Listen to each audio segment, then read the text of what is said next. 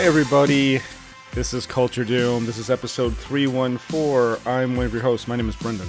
I'm your other host. My name is Alex. How are you doing this evening, Alex? I'm doing decently well this evening. How are you doing? I'm fine. However, you said something to me earlier this evening, and I thought to myself, Alex is going down a dangerous road. You're going down the dangerous road of adults talking to other adults using child terminology. I should say parents talking to other adults. Because before we started recording, I said I have to use the bathroom, and Alex's reply to me was, go pee-pee. And I don't think that parents don't realize they do this, but as a non-parent, I notice it often where a parent will be like, Brendan, do you have to use the potty before we leave? And I'm like, I'm not your child. Do not ask me about the potty. Do they at least try to catch themselves and just say pee? Do you need to go pee? Well, I don't need an adult to ask me if I need to use the bathroom before we leave. I will determine on my own accord if I need to use the bathroom before we head out someplace, and even still, it's more the word potty that throws me off. Potty. And the word and saying go pee pee. Go, and when you said it, I can tell this is what you say to your child, because it's even the inflection. It's go pee pee, go pee pee.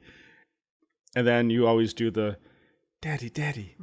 Well, most of the time it's because my son comes into the office here and he goes, Daddy, pee pee. I'm like, did you pee pee or did you poo poo? And he's just like, yes.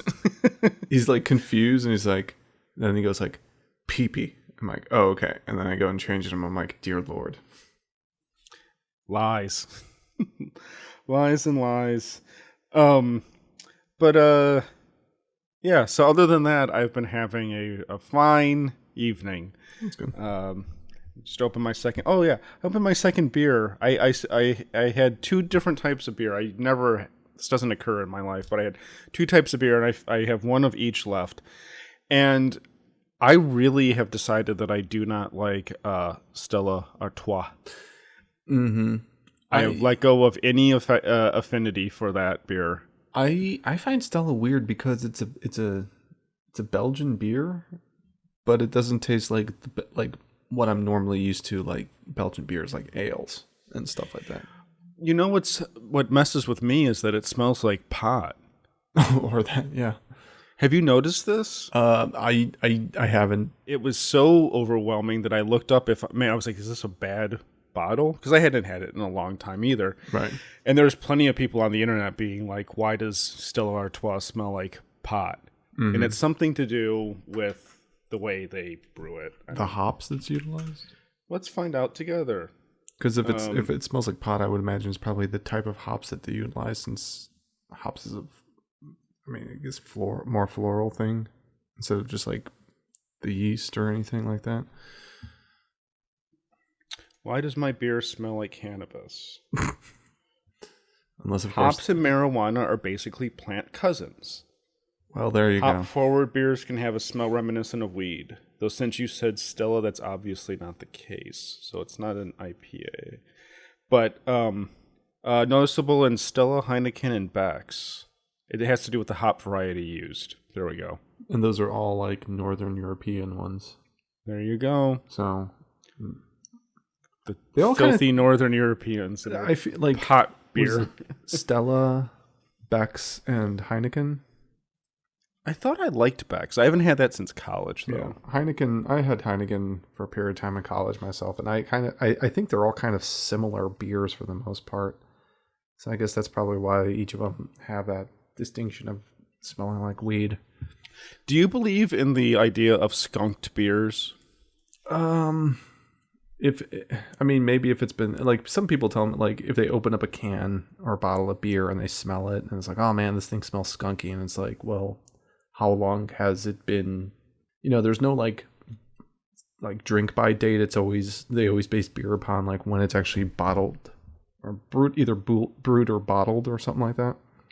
So the further you go from it, the less good it is or whatever. But it's like, if you have it within the month's time and that's produced and somebody's complaining about it being skunky. I think it's more like these people probably are just pretentious about whatever they're fucking drinking. Well, I mean, the term skunked comes from if you have a cold beer that gets warm, like you buy a case of beer, put it in your trunk in the summer, and then it warms up, and then you cool it again. It's a skunked beer, and I'm using air quotes on the word skunked. Oh, according to the experts. You've never heard that before? I always thought skunked beer was that it just went bad. Like it got too much air into it or something like that. Or it was a bad production batch or something like that. The skunked beer thing is a myth anyway. Because then I'm reading about the Stella stuff, and it's people are saying, oh, it's just skunked. And then I thought that was a myth. And then I looked up, because that's how the internet works. Then I just looked up, is skunked beer real? Yeah. And from this kitchen.com, the real truth about skunked beer article from June of 2019 is like, nope. And there's plenty of articles that are saying it's not. It's a myth. It's a college myth. Which is so funny because college kids are like the last people that you would be inviting to, a beer tasting event hosted by the Crane brothers. Which they normally wouldn't. I mean, it would be wine tasting, but those would be the people that had like a beer flight thing and stuff. And it's like these are college kids. Unless college kids are now just rolling in dough compared to when we were in school and they can afford like really good beer and stuff. I don't think that's the case. Yeah, no. They're idiots. Speaking of rolling in dough, I heard that your wife is trying to make some money on the side. Yeah, so not the ways many might be thinking, listeners. But she's kind of trying to downsize a bunch of stuff in the house and stuff like that, and was going through her hope chest because hope chests are something girls own. Us men have, libraries of leather-bound books and stuff. What is a hope chest? The best way I can describe a hope chest is that it's sort of like it kind of looks like a casket, I guess. It's a casket for girls. To put their shit in. I like how literal you took that. I meant, what is the point of a hope chest? What do you put in a hope chest? Hopes and dreams. Is that what it is? I think that's what it is for girls. I think it's a lot of stuff that they enjoyed cherishing and enjoying when they were younger and have fond memories of, and then they kind of store it away in these containers. Basically her dad made hers, I think, and I think her dad made one for her sisters, and I don't know. I feel like Erica's a bit more sentimental for things than her sisters. But if she's trying to get rid of her childhood... Yeah, there was some artwork that she had done, some clothes, some awards and stuff. But the big thing she's trying to sell on eBay currently is her, I think it's like Generation, I don't know how they call them, but Generation 1 American Girl doll that she got when she was little, and she was telling me about like, I really like this doll. I saved up a whole bunch of money to get it because I used my money, and that's kind of like, there's a sentimental feeling of like, hey, I achieved something by, being a kid and saving money and doing chores and all that stuff to get it. And she got like a bunch of books and some clothing and stuff like that for the doll. And it was funny because she was trying to prepare it to sell it on eBay.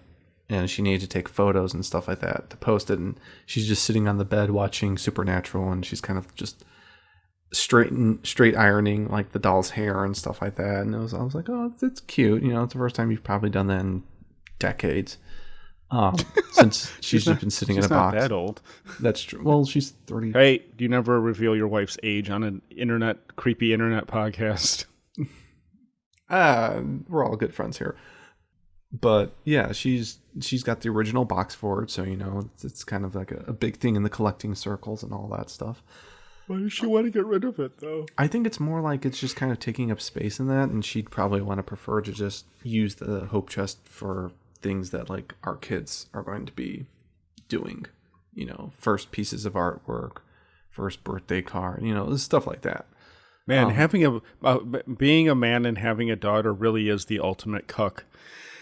Because Erica's father painstakingly handcrafted a hope chest for his daughter, and now it's just being reappropriated for the offspring of of my loins, of your loins. That's just a brutal. Et tu brute, Erica. Et tu brute. Yeah. So, yeah. So that's the end of the story. That's the end of that story. So she's trying to sell. Well, she's trying to sell it, and I think she's got to like. She took a look around to see what the going price of it would be, because that's kind of how you and I were talking back and forth about like Beanie Babies and stuff like that. And I mentioned about my mom getting like big into Barbies for a period of time. How it sort of goes into this thing that if you're collecting something that's popular and people want and stuff, you kind of need to jump in at the ground level before it gets really hot, and then try to sell the item off before it inevitably collapses. Very similar to how, Beanie Babies were in the 90s, baseball cards and sports memorabilia was back in the 90s. Well, the trick is that there's nothing that's worth money anymore. No. So you have the only way that you can make like a significant profit on most of this stuff is if you sell while it's popular. Mm-hmm. Yeah. So there's nothing there in it that it's you sell earlier rather than later. Yeah. Yeah. And like I can like speaking from experience, like in the Magic universe, like basically people shit on it within the industry, saying like, it's just ink on cardboard paper. That's all it is. But the inherent value of the card is based upon what the card is able to do in the game, and also how old the card is. Like, your very first original 1993 card set that came out, like the alphas and the beta, mostly alphas, but like that's where the real bread and butter is for stuff. And yes, the card game itself has ebbed and flowed over the decades. But the real money is in those very, very old cards, and they are harder and harder to find for various reasons. So it's sort of like, can you still offload, like, if you went to your childhood home's basement, I don't know if you had a crawl space or a basement, but if you went to like the basement or the attic and you got out all those old Beanie Babies and you try to, turn a profit on them online, like, would there still be anybody who'd be interested in any of that? Yeah, so that's kind of the same with baseball cards. The Beanie Baby thing, I don't see. Magic at least has a little bit of rarity that holds its value, but the Beanie Babies were overwhelmed the market, and there was never actually a shortage. I mean, there's that whole thing about how Americans were going to England to buy Beanie Babies because they were all over the place in England, because there wasn't a huge cultural connection to, like, there wasn't a huge cultural phenomenon that made it popular, whereas in the United States, so there's shortages in the United States, but it's nowhere else in the world. Yeah. So your Princess Diana Beanie Baby that you bought off eBay for $500 in 1997 or 1998 or whatever is only worth $10 today, because there never was a shortage. There was a manufactured fake shortage. It's like when people sell a PlayStation 4 for $1,000 the day after it comes out, but then 6 months later, no one's getting $1,000 for a PlayStation. Right. Best example in more modern recent gaming was with the original Nintendo Wii. How you can find the damn thing anywhere. And then it was just like where there was even like I'm pretty sure Nintendo even kind of like purposely made an artificial shortage just to ramp up more popularity for it. And then they were able to finally saturate the market, in which everybody ended up having a Nintendo Wii, which, after a period of time, it just became shovelware with as much stuff. Like, you can go into Walmart and get like the $5 Wii game, basket of stuff and things like that. So Erica has her doll that she's cruelly, after holding on to it for 20 years, is now throwing into the abyss of strangers. That doll will miss her forever. But in the meantime, you're creating your own action figure. Yeah. So I found out about an interesting company that has a website. It's called MarauderInc.com. So like Marauders, like, pirates or something like that. inc.com. And what it is that it is a website that basically manufactures 1/18th scale or about 4-inch height action figures, very reminiscent in style and points of articulation and accessories to those classic 1980s G.I. Joe action figures. And what you can do is that you can actually custom make your very own 1/18 scale action figure. So they're like 3 3/4, so almost 4 inches. And they have basically pre-built versions that you can get for like World War II figurines that come with period authentic uniforms and gear and rifles and coloration for like the US and the Soviets and the Germans and the Japanese. Or if you want to, there's even a like a build your own type of thing that has many more modern figures that with like modern weapons and parts and helmets and gear. And I was like, oh, this is a pretty cool type of thing. And they're all kind of made custom order. What's the name of this? It's marauderinc.com. MARAUDERINC. I know how to spell Marauder. I just want to let the listeners know.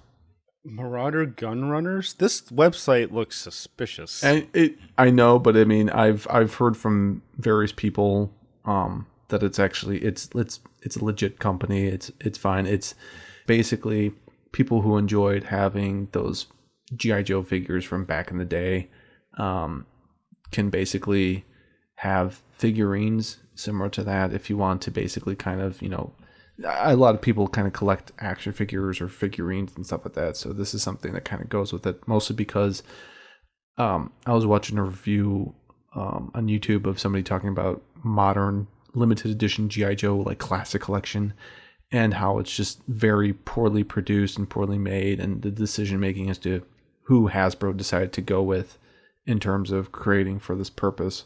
They kind of suggested, hey, check out this place that actually does a far better job of this, and you can actually build depending upon your own personal preference for some of that stuff. So Erica's cleaning house, and you're just adding action figures to the collection. Yeah, You've got and models. Yeah, well, I also went and bought Nicholas a common. I think I had mentioned I bought him his first Kamen Rider action figure, like his first action figure, which was the same. It's the same kind that you have, like that Kakashi that I got you. Kakashi. Oh, I can't. Kakashi. I thought you were. I was like, "What's a Kakashi?" Kakashi. Sorry. Kakashi from Naruto. Yeah. Gotcha. So it's that. It's Bandai's figure arts figurines, which are like exceptionally articulated and stuff like that.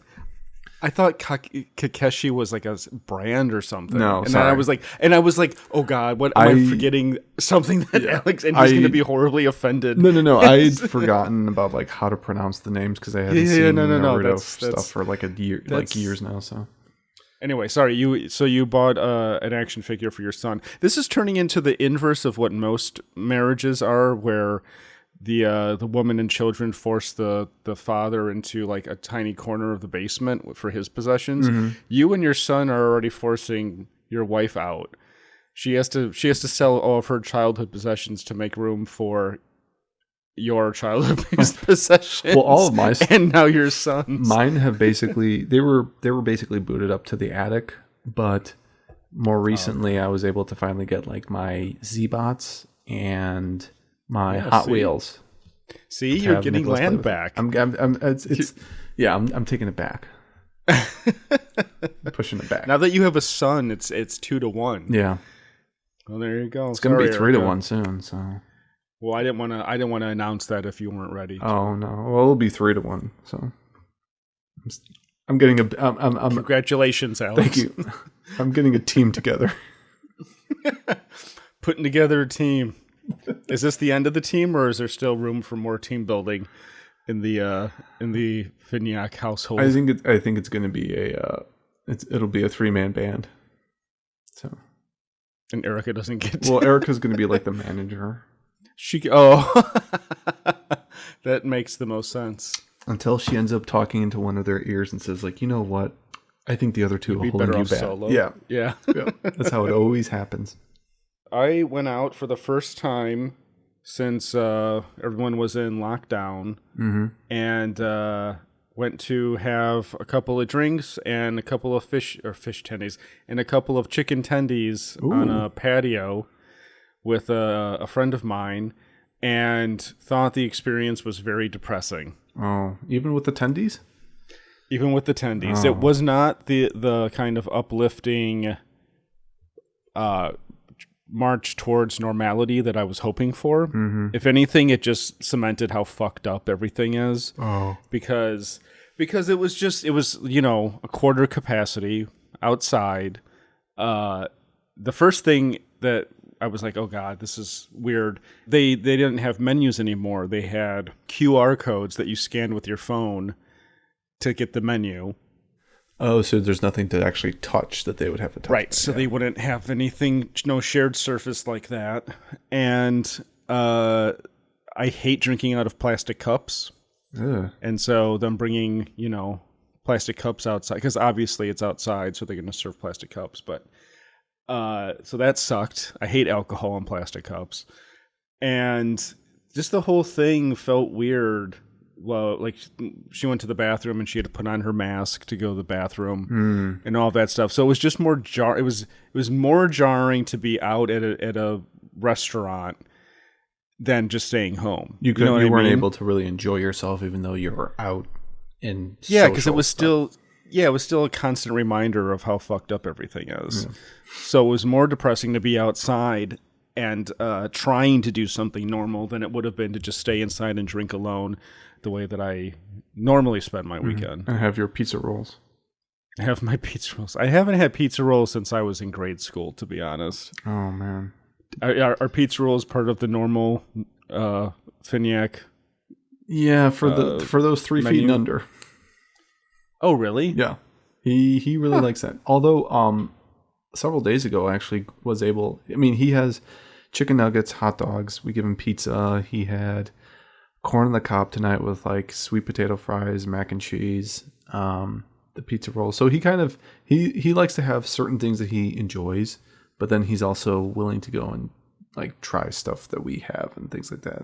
He enjoys pepperoni. He can actually say the word pepperoni, which is really impressive for a kid his age that can do 4 syllables. His first word was mom, and his second word was pepperoni. Pepperoni? Yeah. So see, Alex likes to impersonate his child now. Yeah. This is yeah. See, you've gone soft doing baby voices on our podcast where we usually talk about dog rape. Yeah. Well, I would get him to like come and say stuff on the podcast, but the problem is like whenever you try to have him do something, he's like all like scared. He's like shy and doesn't want to talk on the phone or anything. And then when you like hang up, then he starts crying and getting upset and he wants to talk on the phone. I'm like, you had your chance, dude. Like saying goodbye. Like also, if somebody leaves, he's like, we're like, say bye-bye, wave bye-bye. And he's just like, no. It's exploitative though to put your child on this podcast. Yeah. He's not, he has to consent to being on a podcast. He has to know the concept of consent. Right. Well, I've got to file paperwork for him. We have to get like a scan of his ID. Yeah, fingerprints. Well, yeah, background checks. Yeah, definitely. Rigorous background checks. Yep. Don't know what he's up to. I heard that he pees his pants often. It's a little suspicious. Well, he does have a diaper, so it's just like Alex. He is a member of the Silver Sneaker Club, and he can order off the senior citizens menu at Denny's. Silver Sneaker? Yeah. Do they have do senior citizens have silver sneakers? Yeah, it's this thing called silver sneakers. Like it's like what? It's some sort of like it's. I think it's primarily for people who are mall walkers. You're drunk. No. It's true. It's a real thing.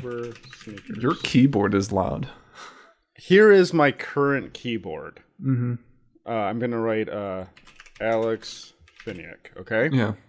Now, since it's right next to me, here is the previous keyboard I was using.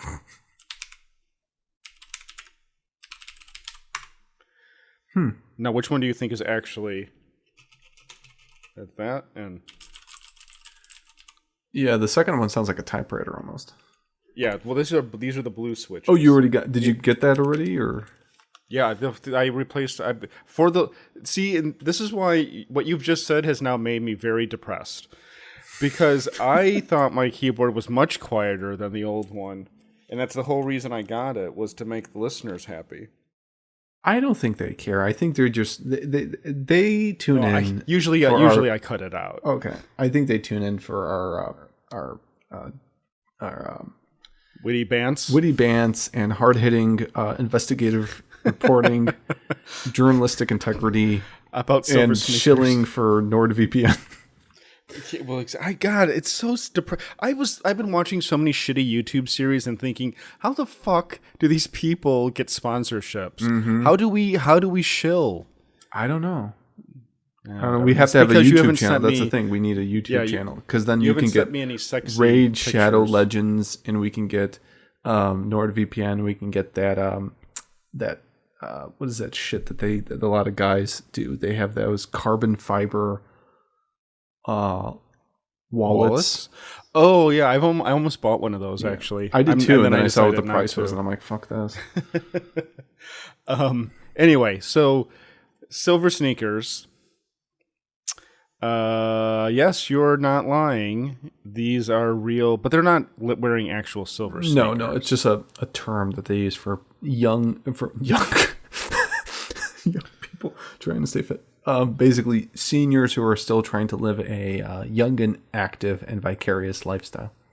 I'm wondering how our generation will be when we're old. Like, are we going to be just as conservative as these people are, or will you and I have resumed after? We'll take like a 30-year break from podcasting, and then we'll be 75 years old and pick it back up and be like, well, we're in the nursing home now, and it's time to resume CultureDoom.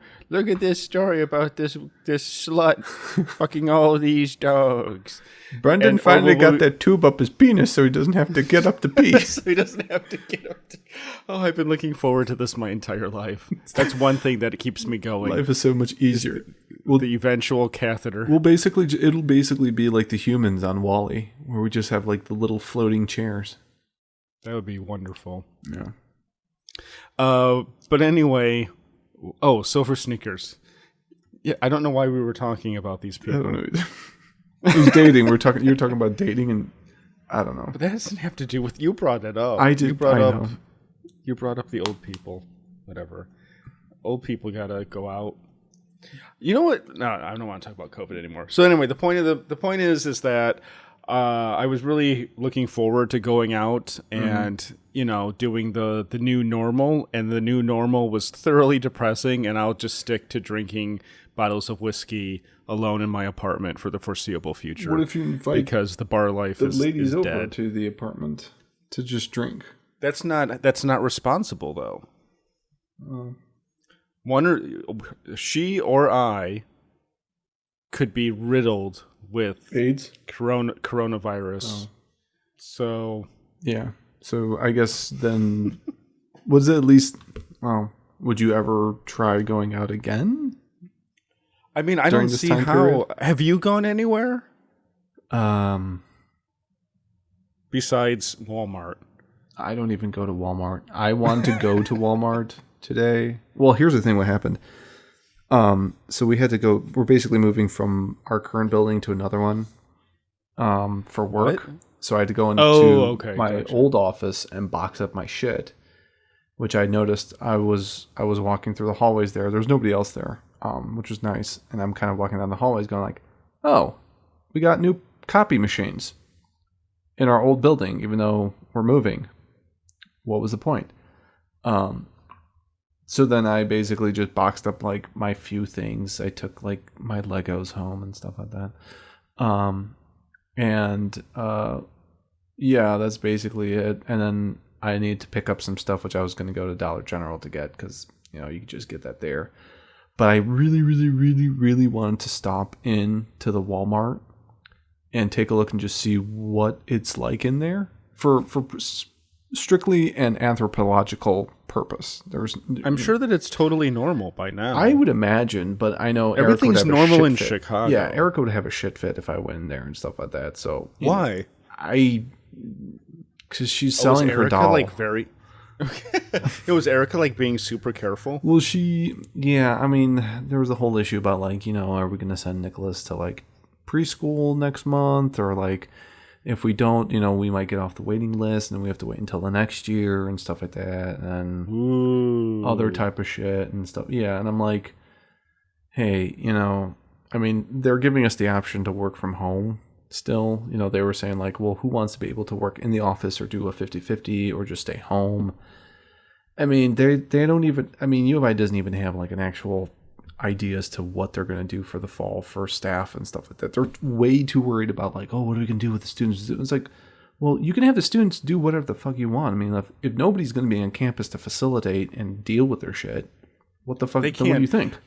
I'll do a prediction right now for them, and I don't know why they don't want to pull the trigger already. They're not. There's no kids are going to be in class at any college or university in the state. Well, I think Georgia's like shut down until next year, or even for schools. And I don't know if that's universities. I mean, it's just for that age bracket. There's no reason to not do remote especially for lectures.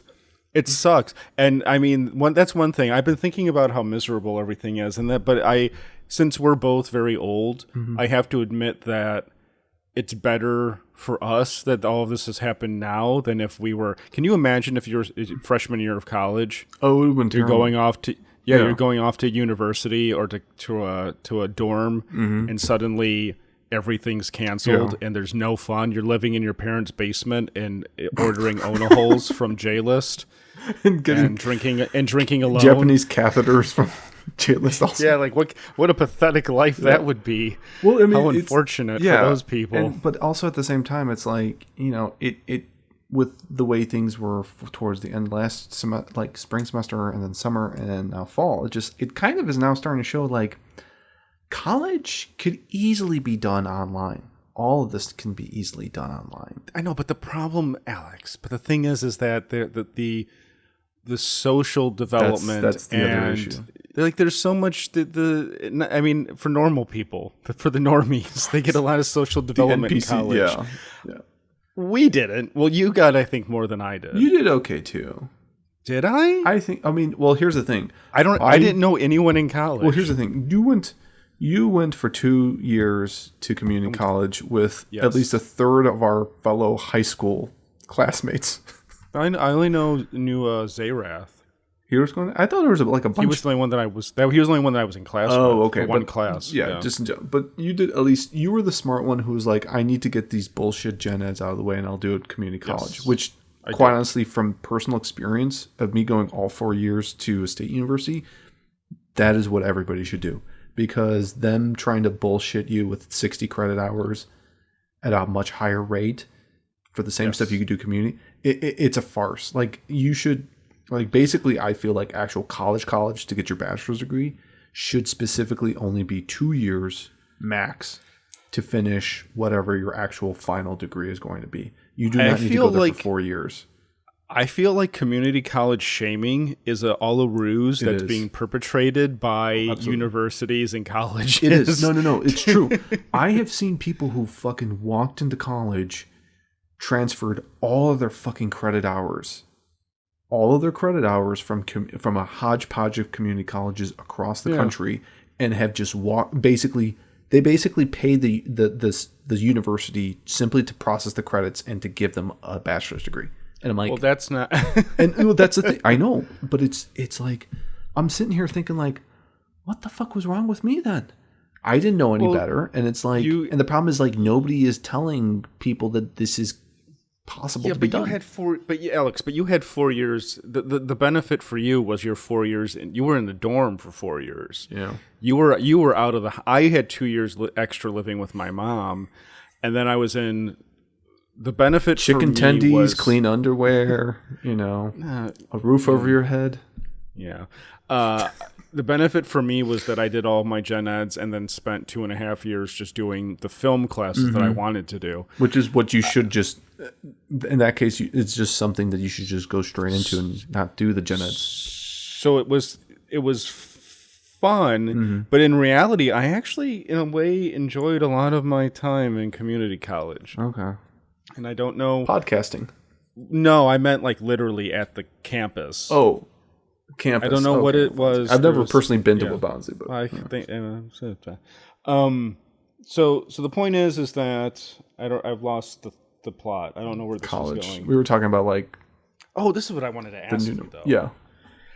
Oh yeah, the Ask new me normal any of- question and I'll answer it. I can see I can tell you're getting very I am. animated over I there. am. As soon as we start talking about college, you get aggressive. But I don't have a question about college. I have a question about. I was going to lead us into something from your Walmart. Oh no, this is what. Okay. Yeah, that's where it came I from. found the thread. Okay. Okay. So Erica is being extra. Okay. So are you sending your son to preschool then? Has that argument been resolved? We've been we're still thinking about doing so, but we're negotiating it. Because I assume she has one opinion and you have another. I think so. Okay. I'm not gonna get. I'm not. No, this is fine. Not that I could. Not that I could get involved, but I'm not going to get involved. Please get involved. Hey, I'm not. You are Switzerland. Mothers have different opinions on children, on their children in particular. So I can picture that you're saying like, he'll be fine. Or is it the other way around? No. It's like, there's. You should worry more about yourself. I'm fine. What's going to just happen shove a is tube that up my dick. Those dirty children are going to be spreading multiple diseases between each other, and bringing them home to mom and dad, and you're going to be laid up. Well, hacking into a bag. He'd get sick. I mean, from daycare and stuff like that. I mean, that's the thing. Like him being cooped up him being cooped up at home for the past several months. It's just like you're not able to go out and like, there's the whole. Yeah, he should be out in the backyard eating dirt or something. That's all he needs. Well, just to get him a little bit of infection. We went picking sweet corn earlier to this evening. Oh, I sent you a picture. Oh yeah, and he was just eating basically like I forgot. Like her uncle was just like, yeah, you could just eat the corn off the cob, and he gave one to Nicholas, and Nicholas was just like, yeah. So I'm like, yeah, nice. You'll be fine. There's probably pesticide and bugs on there and dirt. Yeah, see, that's what kids build up your immune system.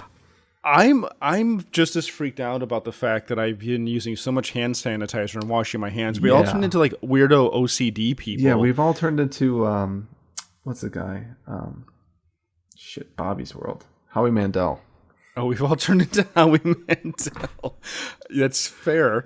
And now what's it going to be like when the normal flu comes back? I don't know. I feel like our immune systems are all fucked up now.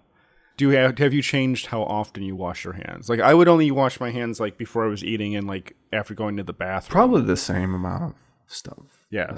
If I feel like my hands are just like a little tacky or gritty or something like that from just doing sure. Yeah, if I'm out standing in my driveway and I'm shooting Roundup on a bunch of shit on my fucking driveway, then I'm gonna wash my hands afterwards and stuff. What the hell does that mean? Oh, I've got weeds. Oh. Yeah. Is Roundup a weed killer? Yeah, there's I use either Spectracide or Roundup. Roundup's been working better. Have we met, Alex? Although I guess I do yard work. You do. You know what I'm talking about. Yeah, but I've been using Roundup and stuff like that. And it worked actually really good. It's you got to get like a nice sunny day so that like the heat from the sun like buys it. So what a bizarre episode we've gone down. The magic of Corona-chan. How bad do you feel for Ebola-chan? I mean, she is just like... She's been mocked totally by Corona-chan. Well, she never really got into the first world. No. So she was always kind of a niche-waifu. She's one of those like those TV threads that are like post your obscure waifu from back in the day. I love those so much because I always go and put a couple on there myself. What about is Black Death-chan a thing? Yeah, she's a thing. Because wasn't there a case of bubonic plague recently? Somebody said that there was like a few cases of bubonic plague in San Francisco sometime like early last year. I thought there was something maybe recent. Oh. This is from 2017. And there is Black Death-chan. She has like a rat sitting on her hat. And because she kills so quickly, cute. She carries a time what's it called? An hourglass. She's adorable. And she's got the plague doctor like crow skull type of thing. Oh yeah, look at that. That's pretty good. So let's see. Alex and I are gonna take a break. When we come back, we're going to talk about farting cows. Can't wait, can we? on this episode of Culture Doom.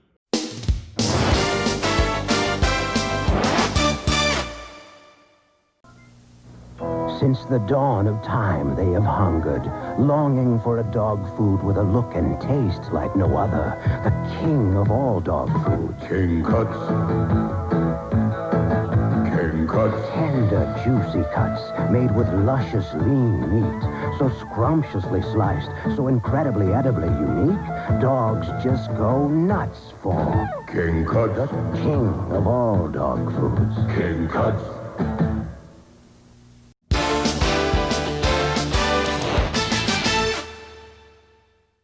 Hey everybody, welcome back to Culture Doom. Brought to you by Pringles Baconator.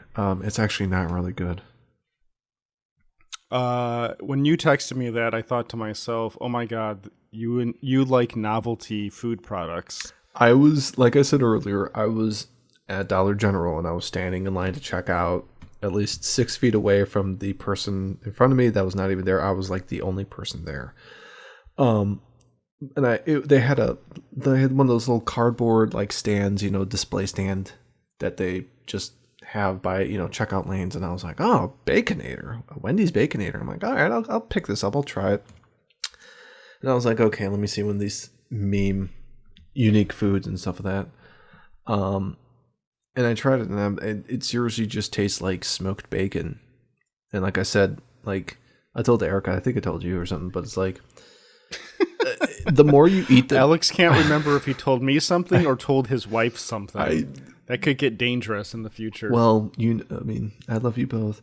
But I started eating it. I'm like, there's coming out this like sauteed, grilled, minced onion. Like it is a burger and stuff like that. But I'm like, I'm not getting like ketchup or mustard or beef or anything like that. Just do Baconators have ketchup and mustard on them? I don't know. Have you ever had a I'm just guessing. I mean, have you ever had a Baconator?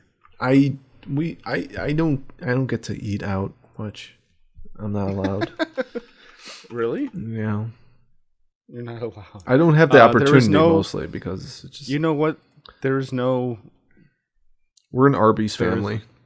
There is only looks like onions, bacon, meat patty, and cheddar cheese.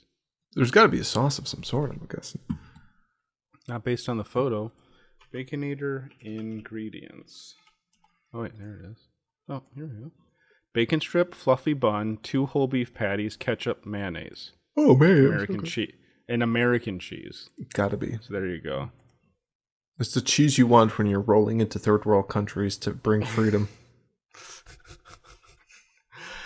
I do think that American cheese gets underrated because of its not real nature. Well, I mean, it best exemplifies the country. Well, also it's like if you're grilling burgers and stuff like that, it's like what kind of cheese do you want to have that's just going to go and melt on it and stuff? Because I've done both. I've done like real cheese, cheddar. like real cheddar or like some real cheese, or I've done like what was it? I've done Edam cheese and stuff like that. Like I've done like cheddar from England, like actual like British. And the problem is like it's the amount of oils that are in certain types of cheeses kind of don't work well in terms of melting onto certain things.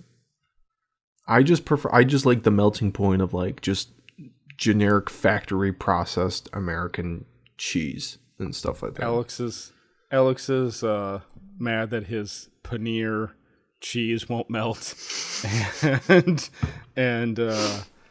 I'm trying to think of other cheese that doesn't melt, but you get the point. Was it blue cheese? Does blue cheese melt? You can melt blue cheese. What about what's the Parmesan? Feta? Yeah, no, Parmesan feta doesn't really. It kind of scorches.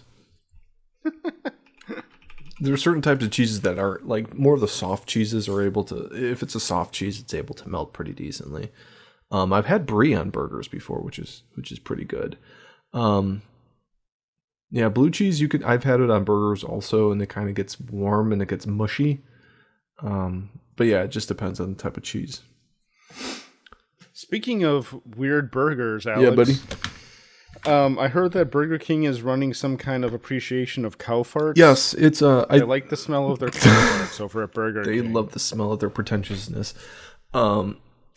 So we a while back we did the whole thing about the Impossible Burger and about how they're trying to be more eco-conscious by basically giving the finger to their beef suppliers.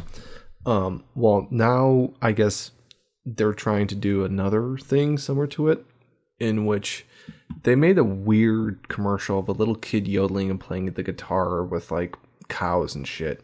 And it sounds weird because it was directed by Michel Gondry, which fans of the show I know exactly.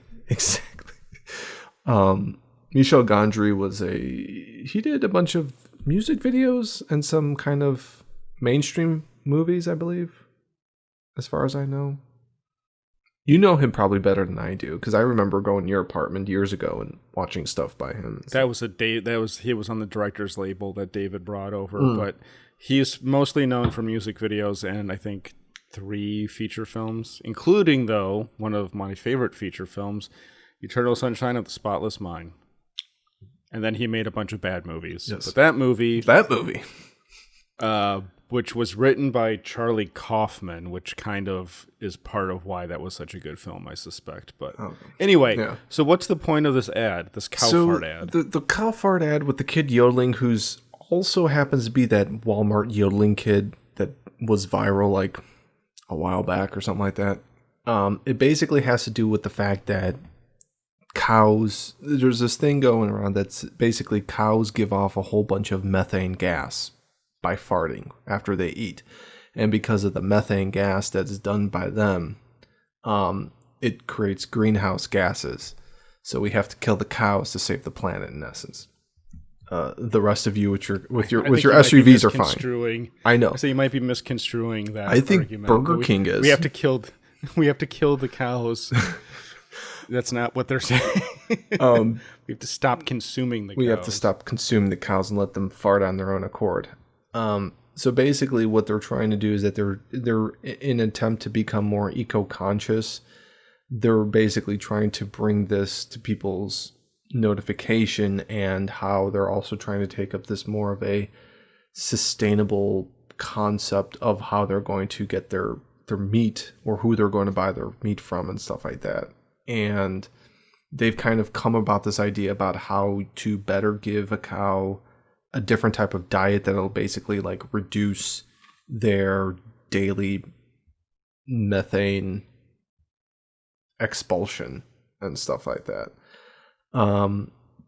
And it has to do with them working with some university of some sort that was able to like figure out how to change like cow and livestock, basically nutritional intake and stuff like that, and like diets to try to do that and stuff. But to basically do this is kind of a weird way to do it with the yodeling kid and Michel Gondry and stuff like that. I think it's kind of still going where Burger King for a number of years now has kind of done this stuff. Like they had like a Whopper meal or something. There was some sort of meal where like you could have like a certain type of Whopper or something like that based upon your mood or whatever. Some sort of like, I don't remember what it was, but it was something similar to that. And then they had the Impossible Burger, which they were trying to get the plant-based type of thing, which I think is actually just fermented soybean roots or some shit like that. And now it's the yodeling kid with the cows. It would have been better if they had like a yodeling milkmaid. That's my personal thing. So it's interesting to see what their next step will be. But if you have, farting cows in an ad, Brendan, your take on it? It's tacky and gross, and my knee-jerk reaction is to say, yeah, I don't need to eat at Burger King anymore. But the reality is that I ultimately don't care, and as long as they continue to serve me the Whoppers and the sandwiches that I enjoy, I don't care what their like lame marketing bullshit is. Yeah. But I did immediately think, this is really gross and tacky, and I don't think I want to support them. Yeah. So I could see, given the situation where I have a choice between McDonald's or Wendy's and Burger King, suddenly Burger King is less appealing to me because of this ad. Yeah. Me personally, like, if you gave me a Big Mac and a Whopper, I much more prefer the Whopper to the Big Mac. I generally would agree with you, but I think they're very different. They are, sandwiches. yeah, in terms of like the entire approach to, but basically like being their flagship signature burgers. I much prefer the Whopper to the Big Mac and stuff like that. But what about, and I guess I agree with you that the Big Mac is the signature burger at McDonald's, but I think that a better comparison would be the Quarter Pounder compared to the Whopper. Compared to the Big Mac? Don't you think? No. The Quarter Pounder compared to the Whopper. Yeah, the Quarter Pounder. That's a better comparison. Okay. Yeah, I think the Quarter Pounder, like McDonald's, basically the Quarter Pounder is basically McDonald's version of the Whopper, but nobody really sees it as, the Big Mac is like their flag. That's basically my thing, was like, they should start pushing the Quarter Pounder more so. I still think that McDonald's made their Quarter Pounder too fancy when they got rid of the frozen beef. Like, it tastes too good now, in my opinion. It shouldn't be at McDonald's in a sense. It's almost like it's a different thing entirely. Like, it's a different, I don't know. It just it tastes to me, whenever I eat that now, which isn't very often. I just happened to have one this week at lunch on Monday because I was hungover, and I was thinking, you showed up to work at lunch. Yeah, I showed up to work at lunch. I do my job hungover very well, thank you very much. You do. I even was on my phone call at 7 o'clock in the morning. Mm-hmm. So the point of the matter is that I don't care about global warming. How dare you? I mean, it really has taken, to me, listening to all that shit. I mean, Greta is a prime example of suddenly global warming is not that big of a deal while the rest of the economies are melting down and melting. We're in a pan. Good job, Alex. Thanks, Dad. We're in the middle of a pandemic and suddenly it's like, Greta, what the fuck are you complaining about? Go back to school. Yeah.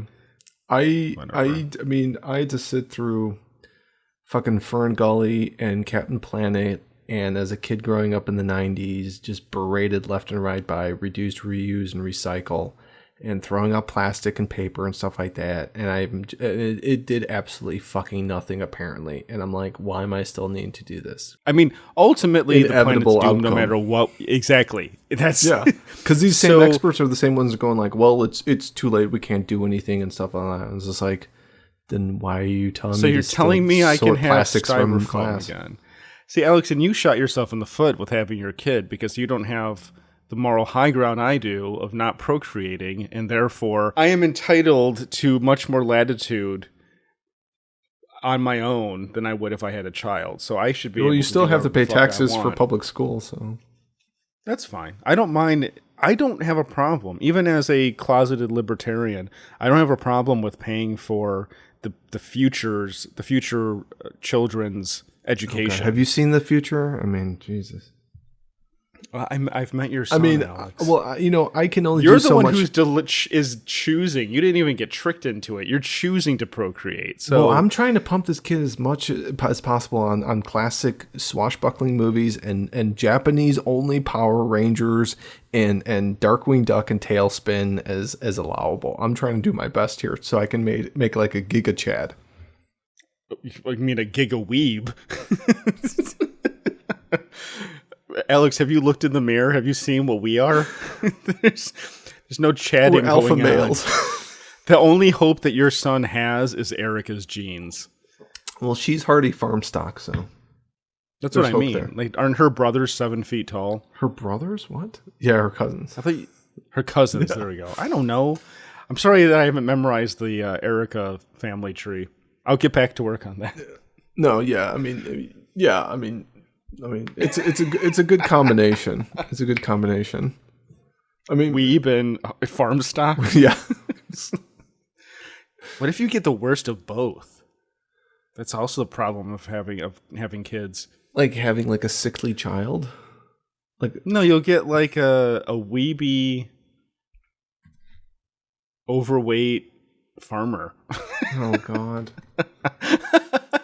So he'll suck it. He'll be unprofitable because all he does is sit in his house and wanting to watch stream anime. Have chicken And tendies. the crops are all dying. Man, the bean fields are bad. It's burning. What were we talking about with Japan? Early. Oh, well, okay. So you were talking about, this is harder to connect because that was with Nicholas. Weebs. Yeah. I don't know how to connect that with Japanese porno. It's generally frowned upon to connect stories of your friend's child with ethnic pornography. Well, hopefully by the time hopefully by the time Nicholas is of weebing age, they will have sorted out the Japanese pornography industry. Yeah. Hopefully it's still going to be around before it becomes like an all-girl business and stuff like that. But okay, sorry.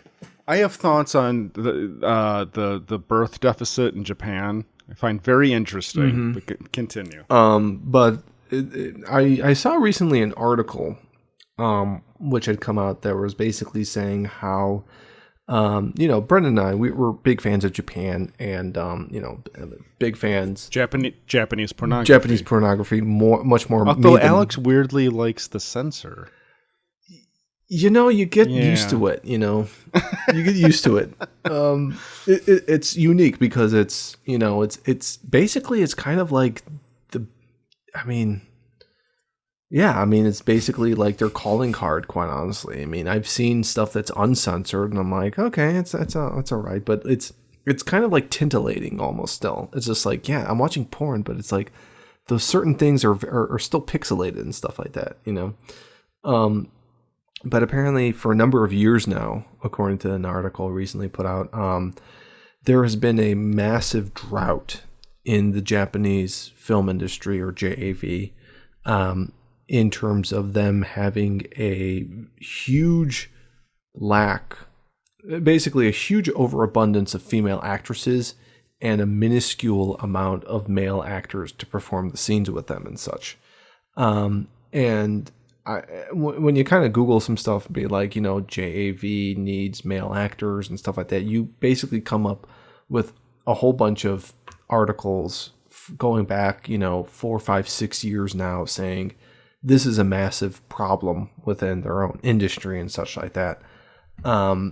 There is a bunch of popular actors. One of them, he goes by the name of Shimiken, who's in his mid-30s. So basically, taking a look at this article. This is an article from 5 years ago. So this guy's now 40, I'm guessing. And he was saying that basically, it's a huge problem in Japan where they're saying, according to him, several years ago, there was about 10,000 actresses within the industry. There could be more or less, whatever. But he's basically saying 10,000 actresses, but they only had about 70 guys that worked in the industry to do this. 70 guys? 70 to 10,000 women.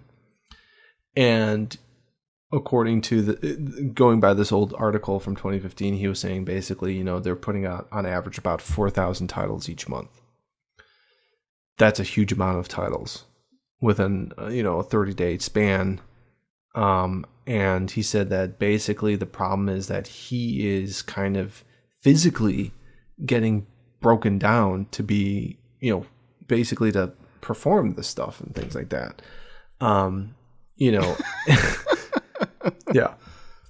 And he makes, it sounds like basically it's kind of a good thing for him fiscally because he is able to make crazy amounts of money per week performing in that industry, as opposed to the US version that, the female actresses make way, way, way more compared to the guys, just because there's like a never ending supply of guys that are willing to try to drop trow and get paid like a couple hundred to do a scene with an actress and stuff like that, as opposed to there where it's like it's almost like a flip. I think the girls do pretty good too, but I think for the guys there, since there's in so few numbers and so highly in demand, they're making bank and stuff like that. But he said that the problem with it is that, you know, he's like, I have no physical capability to do this stuff. It almost sounds like, I mean, basically it sounds like he's almost like a football player where he's like, you know, I basically have to beat my body up on a daily basis, you know, and stuff like that. He's the Michael Jordan of Japanese porno actors. Yeah. And he said, you know, it's like, I'm not getting any younger and there's not that many guys coming into the scene now, you know, because I can't keep fucking cute Japanese girls forever. No, that's terrible. But okay, yeah. But it basically goes into the bigger issue is that because of, you know, you made a mention about like, you know, the procreation issue there where men and women, primarily I guess on men on this side, but also women too, they're not really too interested in trying to have a sex life or even needing a sex life or even trying to have a family or anything like that and stuff like that. So the porn industry keeps growing by leaps and bounds, but there's no new guys actually want to themselves go in there. And I've heard that they actually have like open casting calls and stuff like that for new entries to become male actors. And they say that they get very few that actually want to show up there and stuff. And this is coming from an article from several years ago. But, you know, when you take a look, there's one from 2016, another from 2017, 2018, 2020. You know, it seems like it's a consistent type of issue that keeps going around and stuff like that with apparently no signs of it improving. But I do have to speak from, no, I can't say, I was about to say personal experience, God almighty. I do have to say that, you know, it doesn't, you know, if anybody's interested in trying out for the Japanese porn industry as an actor, who's not Japanese, I mean, you're it's not going to happen because it's not going to happen.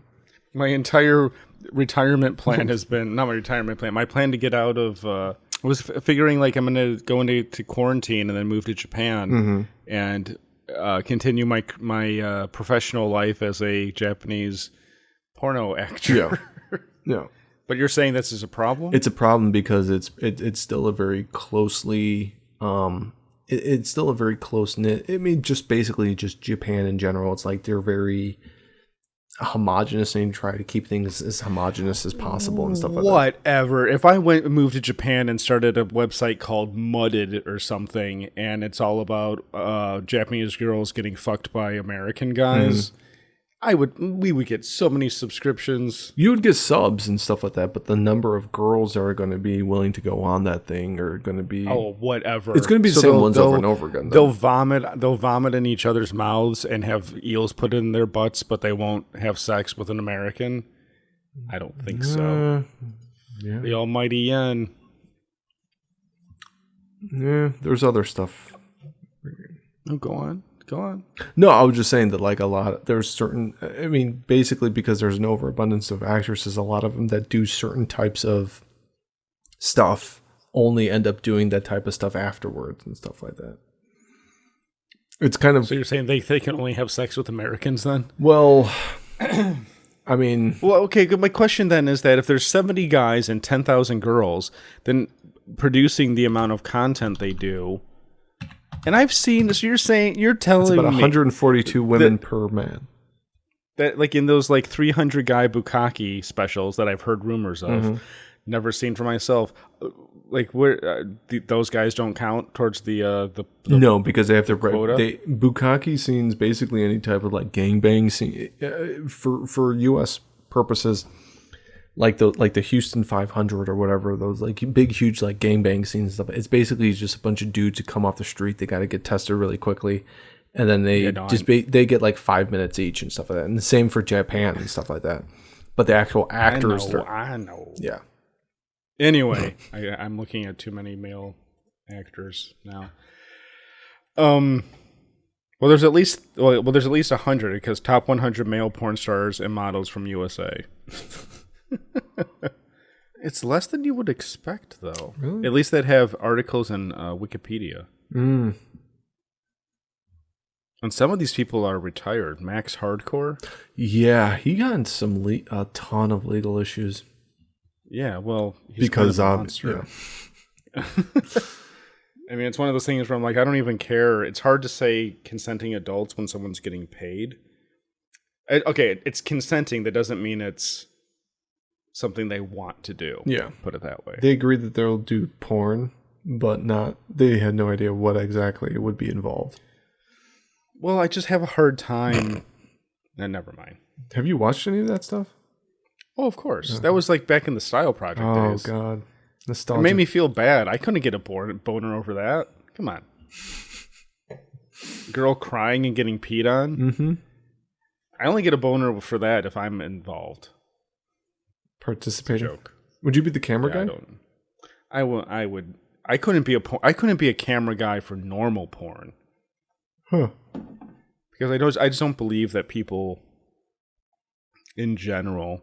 I was watching some interview with an ex-porn actress on YouTube, and it just made me really depressed because she was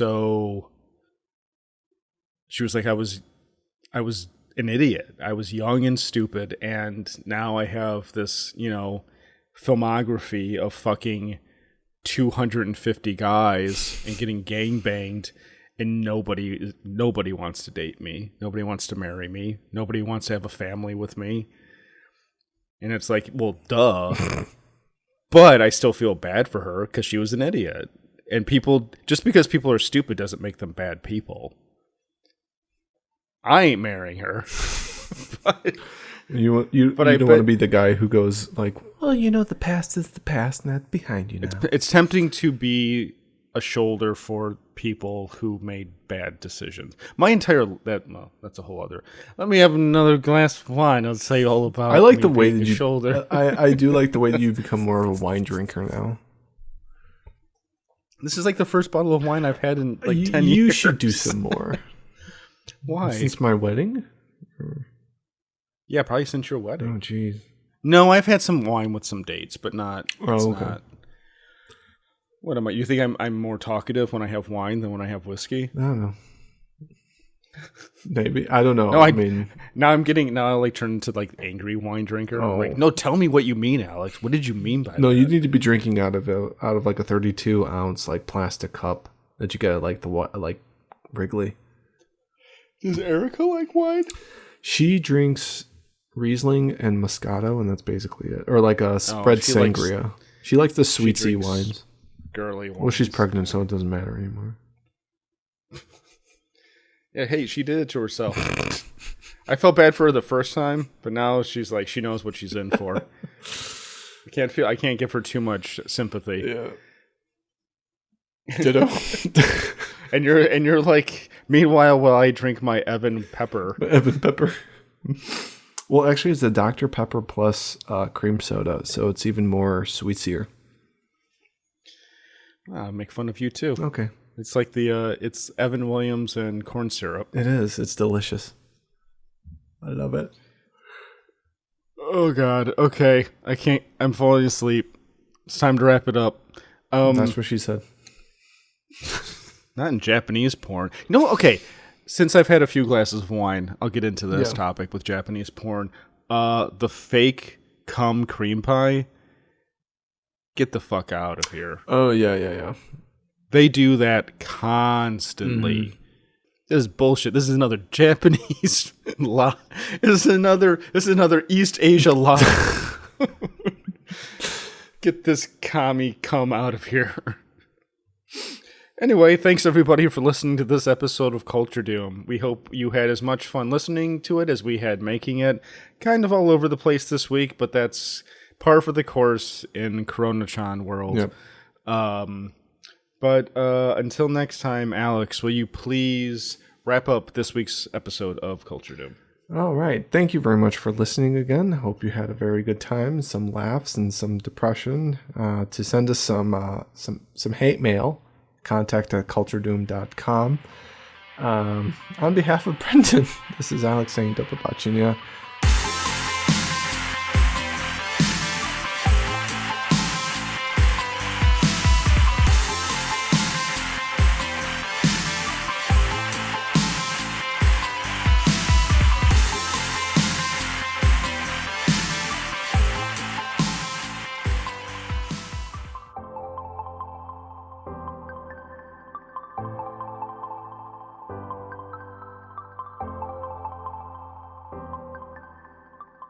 I'm fine. I'll just shove a tube up my dick.